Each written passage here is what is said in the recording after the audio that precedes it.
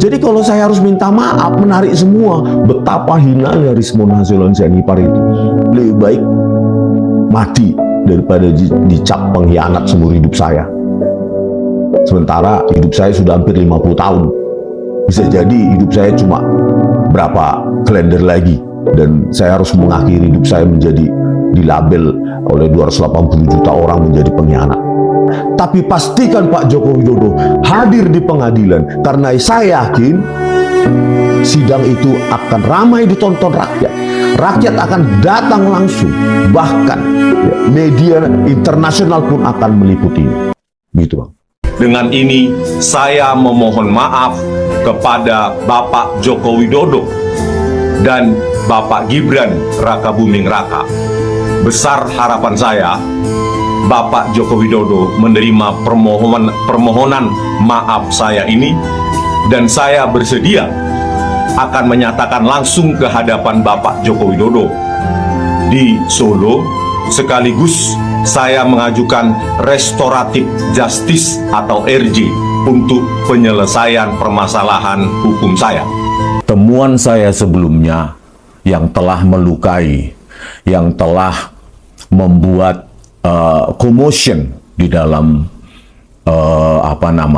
perkembangan kita akhir-akhir ini, melukai keluarga Pak Jokowi dan Pak Jokowi sendiri.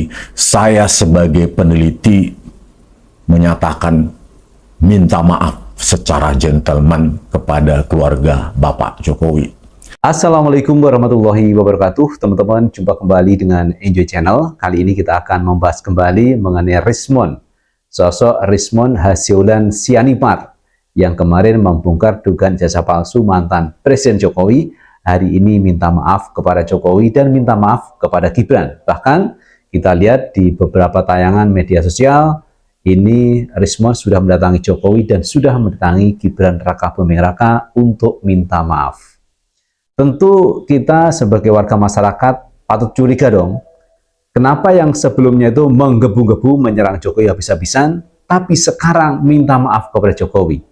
Berarti ada sesuatu, teman, yang membuat Rismon ini minta maaf kepada Jokowi.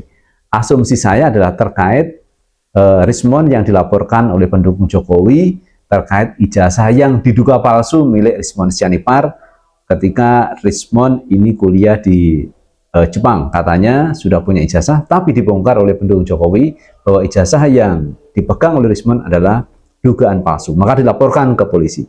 Dugaan saya ini terkait laporan pendukung Jokowi mengenai ijazah dari Rismon Sianipar ini. Padahal sebelumnya Rismon mengatakan lebih baik mati daripada minta maaf kepada Jokowi. Kalau dicap mengkhianat seumur hidup, maka dia akan malu. Nah, ini sudah disampaikan Rismon kepada publik, kepada masyarakat. Dan buku-bukunya juga sudah beredar, teman. Baik Jokowi White Paper ataupun mengenai buku Gibran yang tidak lulus SMA. Itu sudah beredar di masyarakat. Dan ini adalah bukti, teman ya. Bukti bahwa Rismon Sianipar sudah membuat buku yang menyerang Jokowi. Dan ini data, ini bukti, teman ya. Walaupun saat ini Rismon mengatakan bahwa ada penelitian baru yang ini bisa membatalkan terkait pernyataan ataupun buku yang sudah ditulis oleh Rismon Sianipar. Nah, boleh saja teman Rismon mengatakan seperti itu, tapi semua itu bisa dibuktikan di pengadilan. Dan karya dari Rismon bisa menjadikan satu bukti, satu fakta tersendiri mengenai ijazah Jokowi asli atau palsu.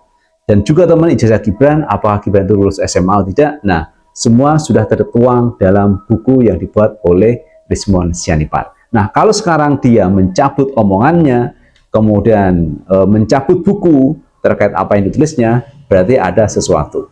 Sesuatunya apa? Saya ingat, teman ya, terkait Profesor Sofyan Effendi. Profesor Sofyan Effendi itu adalah mantan rektor UGM.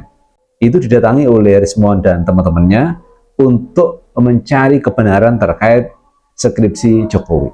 Begitu ditanya terkait skripsinya, Profesor Sofyan Effendi bercerita banyak bahwa diantaranya adalah skripsi Pak Jokowi itu tidak ada tanda tangannya penguji karena memang tidak diuji di sidang skripsi. Itu jelas disampaikan oleh Pak Sofyan Effendi. Tetapi beberapa hari berikutnya Pak Sofyan Effendi ini mencabut omongannya. Jadi tidak benar itu.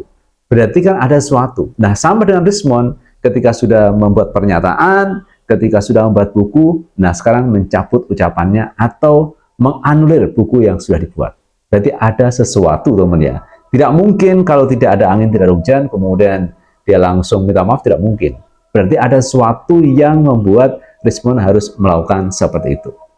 Nah, ini teman, ada pandangan dari pengacaranya, juga dari Roy Suryo mengenai hal ini. Kita tonton video yang satu ini. Saya mau tanya, begini, apa kalau Egy Sujana dan Damai Hari Lubis kemarin minta restoratif justice dengan jalan datang ke Solo, dan ya katanya tidak minta maaf, ya, katanya, oke lah. Tapi itu udah lewat. Tapi itu kan Ya. sama Mas Roy kan rasanya jauh urusannya. Ya, ya. Nah, tapi kalau Rismond ini kan dekat sekali. Kita Ya. bilang RRT, Roy Rismond Tifa, sebagai The Three Musketeer, sebagai Yes. satu kesatuan. Tiba-tiba dia jalan sendiri, minta restoratif justice. Perkara tadi kita menghormatinya sebagai Ya. jalan hukum, tapi perasaan Mas Roy sebagai teman seiring sejalan bagaimana? Silakan, Ya, Mas. sebenarnya kalau saya harus pisahkan antara perasaan dan sifat ilmiah dari apa yang kami teliti, Mas. Jadi izinkanlah saya menjawab begini ya. Ya, saya tidak akan menjawab soal perasaan. Yang jelas adalah komitmen kami ya, dulu maupun sekarang tetap ya. Saya, Dr. Tifa, dan dulu ketika bersama dengan Rismond untuk menulis buku, apalagi sampai menulis buku jadi buku Jokowi White Paper, dengan seabrek penelitian yang kami lakukan, termasuk yang Bang Rismond juga sempat jalan bersama teman-teman Sentana waktu itu ya, ke Desa Ketoyan, ke rumah Pak Kasmujo dan lain sebagainya. Itu adalah tetap tidak bergeser dari apa yang kami lakukan. Jadi artinya itu tidak bisa diklaim sebagai oh itu adalah hasil karya satu orang saja. Enggak, karena kan Bang Rismond memang bersama-sama dengan Michael waktu itu, bersama-sama dengan Pak Janes. Kemudian ketika ke Solo Kak, bersama-sama dengan teman-teman yang lain.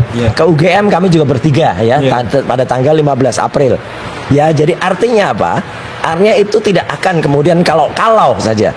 Siapa tahu nih Mas Refli, kalau tiba-tiba ada pencabutan statement atau pencabutan hasil penelitian yang dilakukan, kami tegaskan dengan jelas itu tidak mencabut apa yang saya lakukan, apa yang Dr. Tifa lakukan. Kalau itu misalnya dikatakan oh punyanya Rismond dicabut, ya terserah. Ya, ketoh kami kalau Anda baca dalam buku Jokowi White Paper, itu ditulis dengan ada 3 chapter di dalamnya. Chapter pertama saya yang nulis, chapter kedua Rismond yang nulis, chapter ketiga Dr. Tifa yang nulis. Itu bukan kemudian kami ada satu yang kemudian kami menelitinya bertiga gitu, enggak. Jadi kami masing-masing melakukan penelitian ya individu, kemudian setelah itu digabungkan. Jadi andai kata satu chapter itu misalnya dilepas begitu, ya ini ibaratnya sama dengan kayak cerita ada soal ijazah terus lembar pengujiannya dicopot gitu. Ya udah itu aja. Jadi ada satu halaman yang lepas, ya anggap aja halaman itu kalau dalam bahasa Jawanya itu kicir. Kicir itu terlepas gitu aja. Ada tidak mengubah hasil kami. Tetap 99,9%. Dr. Tifa juga tetap dengan statement soal neuropolitikanya. Ya, dan saya juga tetap dengan analisis telematika. Kecuali apa? Kalau misalnya orang yang mendorong supaya Bang Rismond ini RJD menginginkan oh kalau itu cabut kan Roy juga pasti akan mencabut karena mereka penelitiannya barengan. Tidak, ilmu kami juga berbeda. Saya pakai telematika, Rismond pakai digital forensik. Apa yang kami teliti meskipun mungkin beririsan, tetapi kalau itu dicabut salah satu tidak menggugurkan yang lain. Itu yang paling penting, Mas. Jadi kalau soal perasaan, menurut saya ini kita nggak pakai perasaan, kita pakai logika, kita pakai ilmiah, kita pakai ilmu pengetahuan. Itu teman yang disampaikan oleh Bang Rismond juga Pak Refli Harun. Artinya memang apa yang dilakukan Rismond ini aneh teman ya, aneh. Karena sebelumnya Rismond sudah melakukan penelitian dan juga sudah melakukan survei di berbagai tempat, bahkan ke Pak Kasmujo. Apakah Pak Kasmujo itu pembimbing skripsi Jokowi? Dikatakan tidak. Pembimbing akademik juga tidak. Itu adalah fakta, itu bukti teman ya, dan itu sudah terpublish di media sosial teman mengenai hal itu. Nah, bagaimana Rismond mau membantah itu? Nah, melihat kejadian ini memang kita itu perlu teman ya, orang-orang yang benar-benar punya integritas. Integritas itu adalah orang yang konsisten teman ya, memperjuangkan nilai-nilai etika, norma, kemudian ditunjukkan dengan kejujuran, kebenaran, antara ucapan dan sikap itu sama. Nah, itu namanya integritas. Dan kita hari ini minim punya orang-orang seperti itu. Jadi apa yang dilakukan oleh Rismon itu tidak punya integritas kalau menurut saya, karena apa yang diucapkan hari ini berbeda yang diucapkan yang kemarin-kemarin. Itu tidak punya integritas. Kalau kemarin itu kan mengatakan 11.000 triliun % ijazah Jokowi palsu. Sekarang dia bilang apa? Ijazah Jokowi asli. Ini kan tidak konsisten. Nah, orang yang tidak konsisten itu adalah orang yang tidak punya integritas. Bahaya kalau pemimpin kita itu seperti itu. Dan kayaknya banyak teman ya, pemimpin kita itu yang tidak punya integritas teman ya. Jadi antara ucapan dan perbuatan tidak sama. Kalau orang konsisten itu tidak berubah teman ya, tidak berubah 100%. Jadi kalau misalkan ijazah Jokowi itu palsu ya, besok atau sampai kapanpun dia akan ngomong palsu dengan segala macam resiko.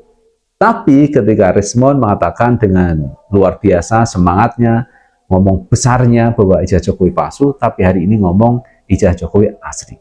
Itulah orang-orang yang tidak punya integritas. Nah teman, sekarang coba kita lihat pandangan dari Michael Sinaga. Jadi temannya yang selalu menemani Rismon melakukan penelitian. Bahkan ke Pak Kasmujo, ini Michael ada di sana. Nah, kita tonton video yang satu ini. Hari ini saya hanya mau menyampaikan mungkin tanggapan saya terkait video semalam. Tadi abang ini ada menanyakan apa benar penelitian itu dilakukan 2 bulan ini.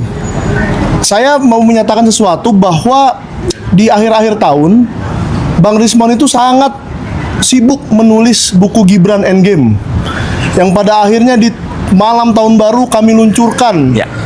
Malam tahun baru, saking sibuknya dia dan saking ambisius dia untuk menuliskan buku itu, karena isinya memang kenyataan dan diantaranya adalah isi perjalanan Pak Roy.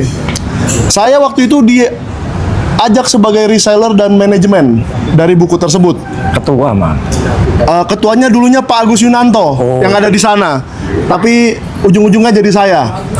Nah, yang saya mau katakan, di bulan Januari kami itu sangat sibuk keliling bedah buku, di Car Free Day dan marketing buku, sehingga saya tidak tahu kapan Bang Rismon membuat penelitian yang dia katakan semalam.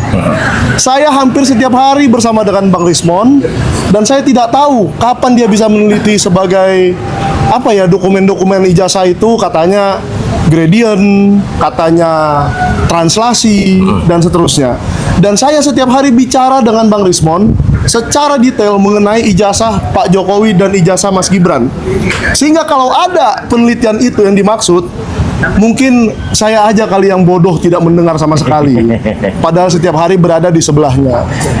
Dan yang saya mau katakan, di tanggal 18 Januari, sekitar tanggal segitulah ya, 1 hari sebelum bedah buku di Bandung, kami berkumpul sebagai manajemen, kira-kira ada 10 orang, dan malam itu memang Bang Rismon, saya lihat wajahnya agak berbeda dari biasanya. Ada ketakutan di wajahnya, dan dia mendengar sebuah isu bahwa akibat buku itu akan ada sesuatu konsekuensi buruk yang dia alami. Dan dia menanyakan kepada kami bersepuluh manajemen yang waktu itu masih lengkap di Bandung, apa yang harus dia lakukan. Dan saya katakan kita tidak mundur satu langkah pun mengenai buku ini, karena buku ini isinya kenyataan. Buku ini tidak ada fitnah sama sekali dan hanya berisikan wawancara dan dokumen-dokumen yang menyatakan tentang pendidikan Gibran. Jadi dia tidak perlu takut. Tetapi sejak hari itu, paginya bahkan kami mendiskusikan untuk mengirimkan sebuah surat ke Bapak Joko Widodo di Solo, yang akhirnya tidak jadi. Tidak perlulah saya katakan surat itu isinya apa, tetapi mulai dari hari itu saya memang melihat ada sesuatu yang berbeda dari Bang Rismon yang saya kenal 1 tahun terakhir ini. Jadi saya lagi-lagi mengutip Pak Refli tadi, mungkin memang saya juga menduga ada sebuah tekanan yang sedang dialami Bang Rismon. Dan kalau memang ada tekanan, ya mungkin Bang Rismon sudah memblokir nomor saya, tapi tidak apa-apa. Saya membuka lagi kok. Kalau memang Bang Rismon ingin berdialog dengan saya, kita selesaikan masalah ini. Tapi jangan mengkhianati apa hasil penelitian yang Bang Rismon selama ini sudah katakan, termasuk di channel saya di Sentana, karena saya yakin itu adalah kebenaran. Dan bukan hanya saya saja yang kecewa, bahkan peneliti-peneliti lain yang selama ini bersama-sama dengan kita, salah satu contohnya Topi Merah yang pernah di Rakyat Bersuara di iNews, itu juga sangat kecewa. Karena selama ini kita selalu menguji itu bersama-sama ya Pak Roy. Itu bukan penelitian Bang Rismon sendiri, bersama Pak Roy, bersama Topi Merah, dan bersama Prof. Tono Saksono, dan bersama puluhan peneliti lainnya yang berpikiran sama, hanya tidak bersuara selantang Bang Rismon.